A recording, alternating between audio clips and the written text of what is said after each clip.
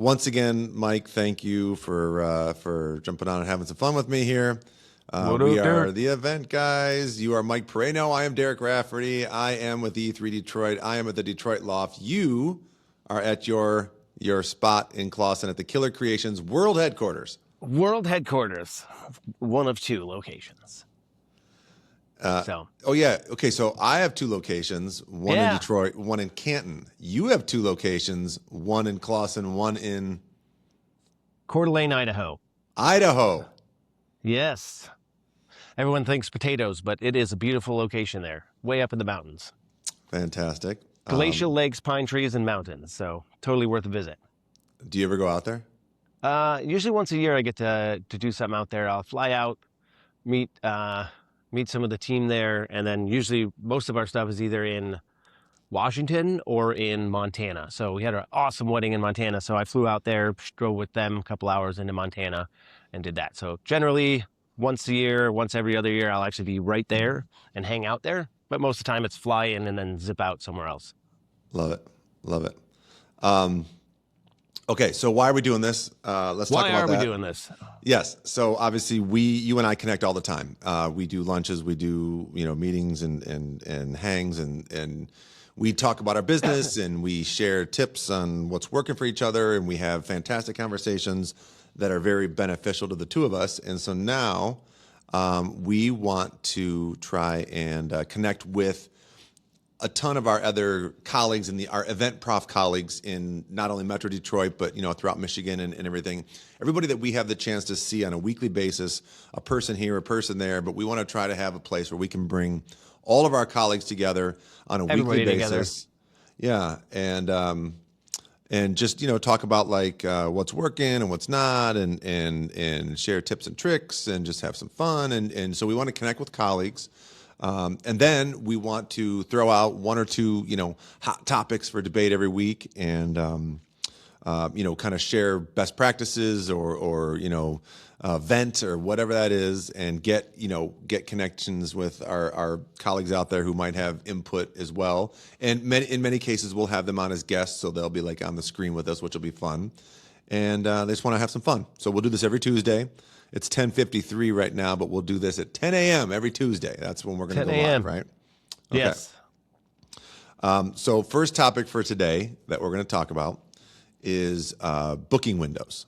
So traditionally, Booking windows. yeah, booking windows. So traditionally, as event profs, like you get leads in on like 12 to 18 months out, year to a year and a half out from a couple's date is when they're reaching out to book all their vendors.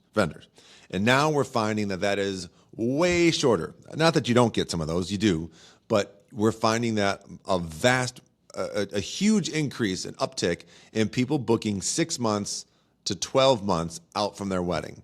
And are Yeah. you seeing that as well? Totally, yeah. I'm seeing a bit of a change. You still get kind of that 1 year. I think every vendor has a little bit of a different window, probably, like photo and video for us in the past was like a year and a half. Some crazy people will be 2 years out. That hasn't happened in a while, but it has been getting shorter and closer to the date. So I even have, so what are we, February, March, April, May. So I have people last week reach out for May and June. So the window is getting shorter and they act like it's normal. They're not even saying, hey, we're behind the ball. We're not in a rush or anything, but we have this date in May. Are you available? If we're available, that's great. But a lot of times we're booked up that close out. So it is a bit of a change. And I think it's caused a little bit of panic mentally too. So like you still have those long bookings and then you're like, we have all these open dates. What the heck are we going to do? But now people are calling for them. So I don't know. How about you? I think every year we talk about the business owning event roller coaster of, we're killing it. We're freaking out. We're killing it. And this shorter booking window makes that roller coaster a little bit more scary. Yeah, it used to be the Blue Streak, and now it's the Millennium Force for Cedar Point people. Yeah, right. We are it's amazing. Like we've gotten a whole bunch of leads this week, and they literally for August, September, October, November of this year for weddings. And we just booked a corporate event for March for like a few weeks from now, which corporate's a little different, but Yeah, we're still corporate getting. that's another topic. Their window's gotten even shorter. Like it used to be 2, 3 months, and now it's like weeks from now we'll get a call and say, you available? So either they're way behind or they're just not figuring out if they have the budgets until the last second. Who knows what's Yeah. going on there? Yeah. But with weddings, it's like, what traditionally used to be the that window from Thanksgiving until like St. Patty's Day, because that's where all of the biggest engagement opportunities are. Right. Home from Thanksgiving for the weekend, Christmas Eve, New Year's Eve, Valentine's Day, and then you jump right on and you start booking vendors. So that was like our busy booking season. But now I think that's definitely spread throughout the year. But when people reach out, I'm not getting a sense of them asking me like, oh, like I hope you're still available. We're trying to make this happen, this Right. year. It's just very much like that's the norm, like it always was. And there's not a sense, which makes me feel like it's a generational thing for sure, that it's the people that are in the age bracket of getting engaged now, the younger generation, do not Right. see it the same way that they used to. And I'm really interested in anybody else out there and what they are finding as well. Yeah, I think there's a lot more, there's more options these days too. So they're looking at more things and they're taking more into account, which can be overwhelming. So then that kind of pushes their decision making further down the line. And then they finally make a decision and then pull the trigger to book much closer to that event date than everyone else has, Okay. Um, I want to know though.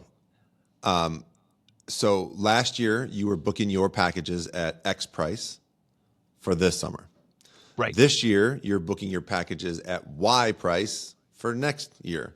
But now you're getting leads for this year Do you book them? Do you offer the pricing that you were offering for this summer last year, or are those people now paying the increased prices that you were going to be offering for next year? Yeah, so updated pricing. We do it kind of a set date, generally the end of the season, soft end of the season, end of September, early October is kind of when we switch everything over to the new year. So anything that comes in after that is generally for that next sweep. So even if they're looking for this year, they're still onto the new pricing because, everything's changed, whether it's our gear, our offerings list, all of that sort of stuff. So the collections change, and then whatever comes after that, that's where we're at. So how about you guys? So even if somebody comes in, if you have a wedding on the first Saturday in June that they booked last year and they get like, this certain price, and now you're doing a wedding 7 days later, but they booked this year, those two clients in your book are going to be paying two very different prices possibly. Yeah, a little bit. By But very different, I don't mean like a giant increase, but very different in the sense that one was last year's pricing and one was this year's pricing. Yeah. And I think it's also proximity to the date too, like things become more valuable the closer you are to them. So then it all equals out, It's a little bit of that supply and demand. Do you start to get people that say that think they can lowball you because they're filling a date that you didn't otherwise have booked? No, every once in a while you get, one or two of those. Usually you get like one or two of them a year that are just like, hey, this is our price and this is our budget. And we like you better than everyone else, but you're more expensive than anyone else. And then you say, cool, thank you for that compliment. I now understand that you understand why we're priced this way. But, if you'd like to lower that investment, then we can cut some of these things out. So generally, we're not just giving away stuff for free just to book a random date, but we do offer some more incentives into that collection too. So. Gotcha. And I always find that if someone is like trying to cut you off at the knees for a discount, they're not generally the ideal client we're looking for. Oh, so there's your takeaway. Yeah, they're not looking for your style, quality, whatever it is, whether it's music, whether it's planning, whether it is whatever. If they're just trying to go for budget, then they don't really care about what you have to offer. Then it might, hard pass.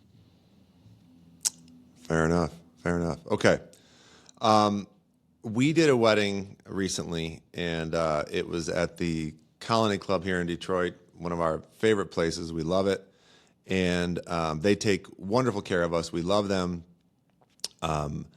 When dinner hits, so all of us fellow event profs, like, you're whether you're emceeing stuff and you're grabbing shots and you're capturing toasts and we're emceeing the grand intros and all that, and then we release for dinner, and then we go sit down, and that's our time to eat, and we sit there, and we wait, and we wait, and right before we have to go back down to The do second the before you got to start. first dances and all that, they bring a cold meal. Again, we were at the Colony Club. They treat us wonderfully. They They're fed one us of the right best for away. sure. Yeah, they do great. And they actually And give you what the guests are getting, and it's always awesome. yeah. What is your feeling on venues that treat you like you are the guy on the alley looking for scraps? And because there's an argument, they'll make an argument that well, you're not a guest, and so what I disagree with is, the point is the bride and groom, the client, paid for our vendor meals. They paid for them. So as soon as they do that, we become guests. We are part of the guest count that they are preparing meals for, that they paid for. And it doesn't take, and if we're working together as a team, they got to realize that, that we got to get fed and get back to work. And I argue that the manpower required to throw down a table full of plates for us isn't so much that guests are going to start noticing and complaining that they're being delayed drastically for their dinner. Right, the 12 seconds per plate that they had to do to bring it to us. Right. I think, it's a problem still, depending on, certain venues. Sometimes you're like, nope, you're not a guest, so you don't get served, you get served less or whatever. So the problem there is, as a photographer, like, you got to get back hardcore right to the dance. So like, we've actually had people put us in. This is the worst part, when they're like, all right, you don't eat anywhere near the guests. You eat down the street, around the corner, in a closet that's soundproof, and you have to shut the door and put all your gear in there. And then you don't know if something's going to happen, if all of a sudden they're going to do a secret speech, or if they're going to do something that's not on the timeline. And over the last 15, 20 years, that has happened, where you're in there because you're not allowed to be out in public with food, and then something does happen, and you hear about it, and you run, and you kind of get the second half of it, or capture just a bit of it. But that's kind of a disservice to the client by the venue. I think more so this used to happen in the olden days. 5-10 years ago, they were really strict about people not being able to grab a drink or even a Coke from the bar. Oh, you're a vendor, you can't get a Coke here. It's like, what? Okay. But there's been a lot in our community, a lot of, open discussion about it, I would say. And then that brought us to maybe our vendor status up a little bit. They were a little more important. But there still are venues that don't treat you as well as you should, and you get stuck. And you get screwed, you don't get to eat. Like for us, we'll start sometimes 8, 9, 10 in the morning. And then you're there all day long, and then we miss dinner because, they had to serve us last, and we had to go right back to shooting. So that's no fun. You guys come in a little later, but you are then there for the rest of the day. And if you don't eat food, I'm sure that weighs on you hours into your performing. Yeah, because we're there early enough to set up sound check and do all that. So we're there mid-afternoon, and on. But honestly, all of those points are valid. But it just stops at this: the client has paid for this guest head count to eat, and maybe they paid a slightly smaller price for a meal that is going to be more like, chicken, potatoes, Simplified. and a vegetable, and not the the prime rib or the surf and turf or something like that. Right. But if you paid for the meals, you paid for the meals, and that's it. And I think the big thing is, and again, I don't want to make it sound like every venue's like this. There's not. Most venues that we work at are fantastic, and we really appreciate how wonderful they are. And I think a lot of that comes down to the event professionals, our colleagues, that are like the on-site event managers, are driving the bus in those instances. So really, that's where the thanks go, is to the people that we work with, who know us and who we get to know. And so now there's a face to a name, and we're not just some nameless vendor off in the corner. You mentioned before where we eat. I prefer not to eat in the same room as all the guests. I prefer to be in a boardroom with the whole band somewhere down the hall, so that we can retreat, discuss, bridal dance and details, and just kind of get a little bit of a quiet moment. What is your preference? Would you rather be in the room or in the boardroom? If I'm in the room, I would rather be at a table of all vendors, and then we can kind of chit chat our own thing. It is awkward when you show up and you're like, oh, we have an extra space for one of you here and one of you there, and then you kind of just mix your team in throughout the party, and then you're just like the random photographer at the guest when they're all asking questions about you. Now you have to talk the whole time about your camera and your settings and this and everything. It's great to connect at dinner time, but I prefer doing it with the vendor friends instead of just guests that you'll probably never see again. But I Yeah. do like being somewhere close by because things happen all the time off timeline and you need to be ready. Photos, not too bad. You can get up, you can run, you can capture the second half of it. It looks like you covered the whole thing. But if it's like a linear event where someone gives an impromptu speech and you show up halfway through grandpa's speech, it's hard to make that up on the video side. So Yeah. Yeah. if we can be close, that's great. Because we always want to be ready for the client. And that doesn't Yeah. happen too often because most of the time there's an awesome planner that's like, hey, this looks like this is going to happen. Get ready. But every once in a while, you're out of town, you're somewhere you don't know everybody, something crazy happens, and you just got to be ready for it. Fair enough. Okay. There you go. All right. Where to eat? That eating is part of dinner is part of the timeline of the day that we put together, that the planner puts together, the venue puts together, the entertainer puts together, the videographer and photographer put together. That's going to be actually a great topic for another day, is when you've got 5, 6 different vendors, all of whom have had individual meetings with the client and, have potentially different versions of the timelines. We're going to save that one. We're going to save that that could be a whole episode. But what are some of the mistakes that you see people make when they're putting their timeline together that are easy fixes that could make the day flow better? Yeah, I think most of it is underestimating. You're putting your timeline together and you're like, oh, it's only going to take us 10 minutes to move our 15-person wedding party from this place to that place. Like when you underestimate the amount of time it takes to go somewhere, then you end up having to rush later on in the day. So, we'll talk about the full timeline thing later, but we help kind of create the photography timeline, right? How much time you need for each portion of the day. Don't forget logistics. Same thing probably happens for you too. Like, oh, hey, we have 22 people in our wedding party. We only budgeted 2 minutes for grand entrances. And you're like, whoa, whoa, whoa, whoa. We need a little bit more time for that. So I think the main issue people run into is just not having done the events enough. They just think, oh, that's going to be quick. That's going to be easy. But our philosophy is really just budgeting a little bit of extra time for each event when things go smoothly.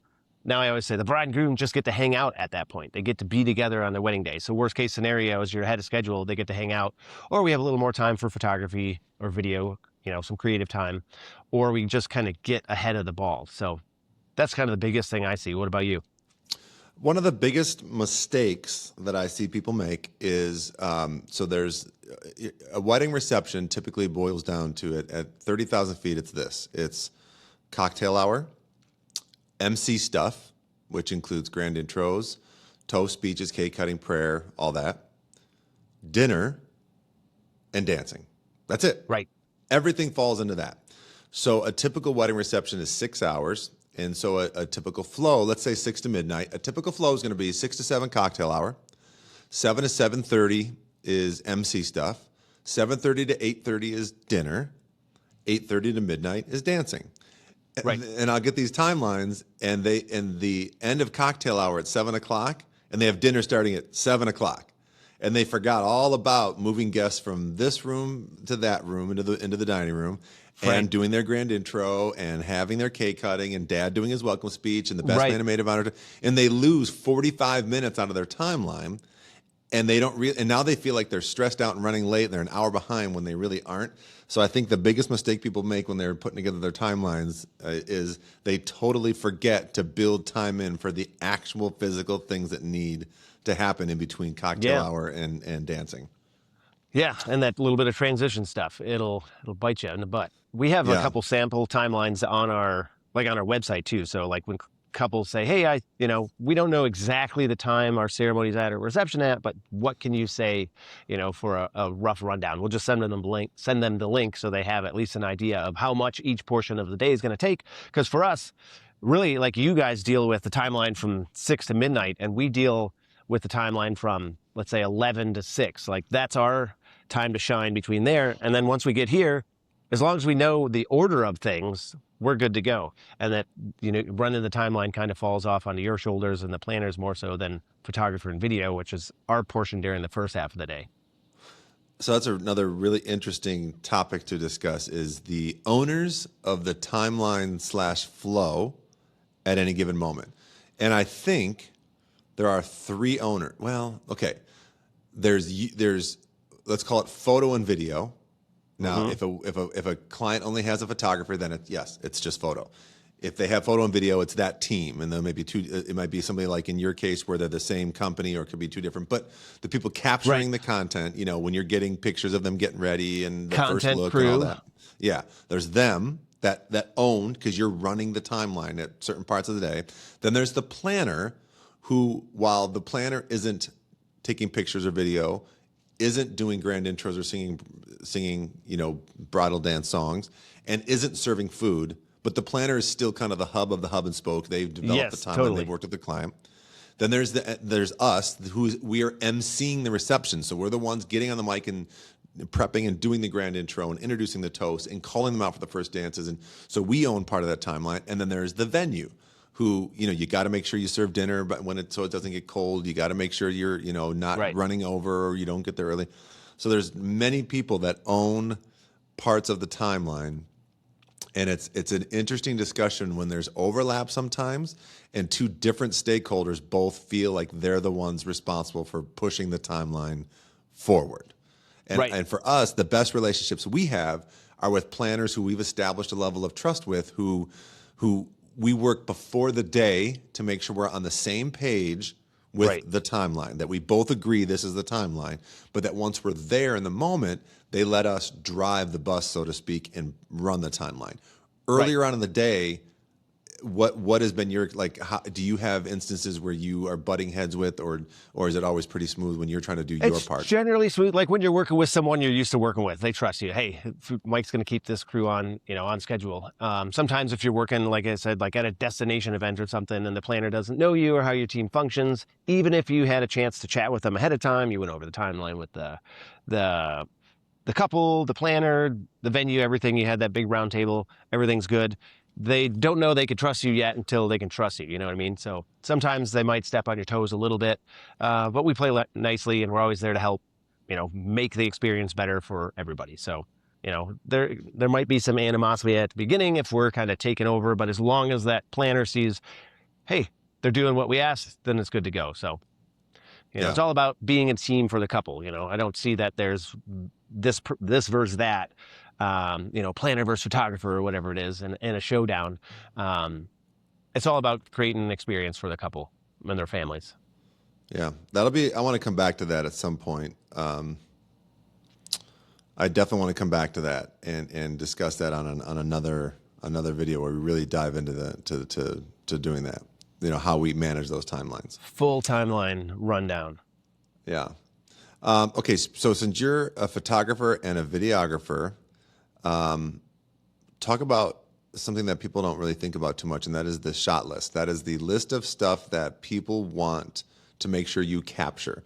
And that is, which family groups they want to get in the shot, and what parts of the night they want to get in the shot. And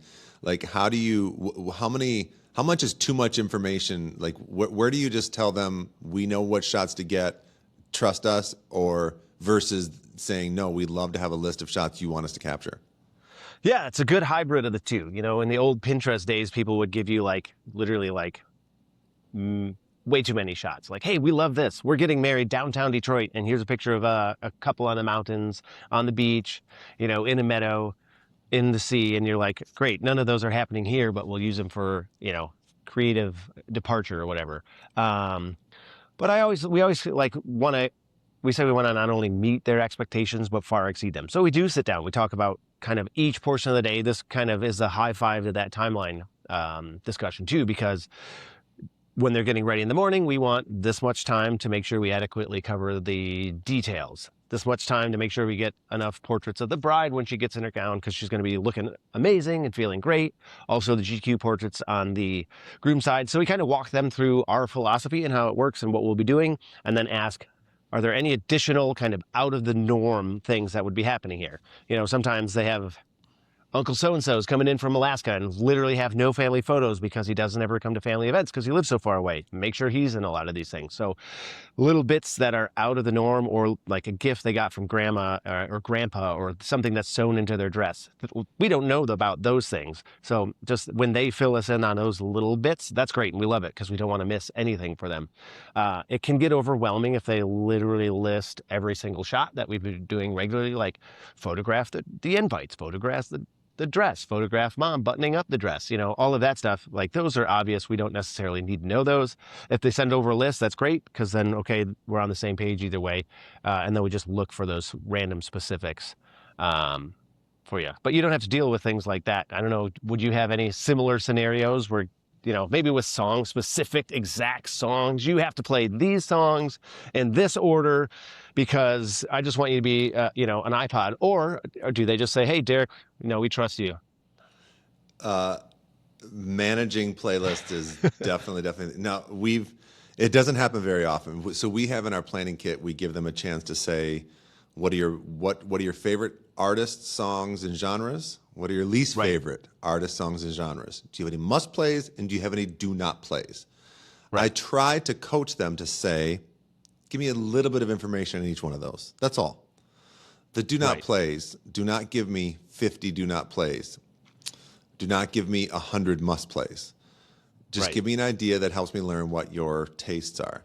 And the problem is when, number one, no matter how well you know your likes and dislikes and your people, you what you don't know is how to manage a crowd the way we do when we're on that stage. You also don't know, you may have been to 5 weddings where you heard a DJ play a certain song a certain way at a certain time. Right. But in our case, as a live band, you don't know how we've changed a certain song or we blend it with other songs because we know that you might be sick of hearing it. So we bring in the hook and, we do things a certain way that makes it fresh and new and super fun. So I always tell them, don't put a song on the do not play because you've heard it at a lot of other weddings. Put a song on the do not play list because you hate it. Okay, I get it. I'm not going to play it. But don't worry about how you think it's going to be, taken. And then I'll discuss that with them. And a lot of times songs have been taken off the do not play because they realized, oh, okay, it's not going to be the same way, But I also have some where they will give me, okay, I want this song at this time and this song at that time, and I want you to play these 10 songs, and then I want you, and it's like, okay, you are planning the fun right out of your party. You gotta just give us enough information to know who you are, what you love, what kind of personality you have, and then you got to let us go to work and do what we do best and give you the best, greatest party of all time. I think it's very similar to the shot list conversation. When they trust your creative process, then that event is 100% better than it would have been where it's micromanaged. When they say, hey, we hired you because we loved your music, we love what you do, we love how you command the stage, and we're going to trust you to do that, but just don't play this, that, or the other thing. Then you're like, sweet, awesome. And then you feel like you have this freedom to be creative because they trusted you. And there's like this psychological bit that goes in there where you're like, I'm going to kill it for this couple just because they trust me even more. Whereas if someone gives you every single list, it's almost like the golden handcuffs. You're like, great, now I can't actually do anything super creative because I have to play off the shot list. And if they're mad at me, not at themselves, because I literally played every song they did. I can't get into this next thing. And that happens in photography and video as well. When they just trust us, sometimes, we don't do a lot of posing or anything, but we'll do some coaching and then say, this feels weird. And then you show them the picture afterward and they're like, wow, it looks amazing. So it's like, sometimes you just have to trust that the process is going to work. You didn't hire us with 20 years of experience to make you look weird and awkward. Nobody in the industry, whether it's us or any other photography, who has been doing that, or you yourself, like, you didn't hire us to do something to make you look worse, in the picture. Everything we're doing is to help elevate you guys. You're going to look great. You're going to be feeling great. And when you trust your photographer and your film team, it's just going to help you guys shine even brighter. So same thing for the songs too. When you're micromanaged, it's no fun. So we got this for you guys. Any couples listening or that stumble across this, when you find your team, trust them. Yeah, your due diligence should be put more into putting the right vendor team together and less on telling them exactly what to do and how to do it, when to do it. Trust. Yeah, totally. Trust. Yep. Boom. Give them the steering wheel and then they can drive that event for you. I love it. All right, that's where we're going to end it today. That's a good place to call this nice Just little trust short us. digestible conversation. So we'll figure out all of our making sure that the live stream is working perfect and all that. But this conversation will live on forever as our first Our inaugural weekly event. yeah. So I'll see you next Tuesday morning. We will be live, and it'll live on, and they can find it at the Event Guys Detroit YouTube channel, and then of course we'll share it with all of our people as well, and we'll have fun conversations, and we'll get people involved, and it'll be fun, it'll be great, it'll be wonderful, and I'm looking forward to many good conversations with you on a weekly basis. Looking forward to it. It's going to be a ton of fun. All right, man. Have a great day. Have a good week. I can't wait to talk about this weekend's events next week with you. Sounds good. Looking forward to it.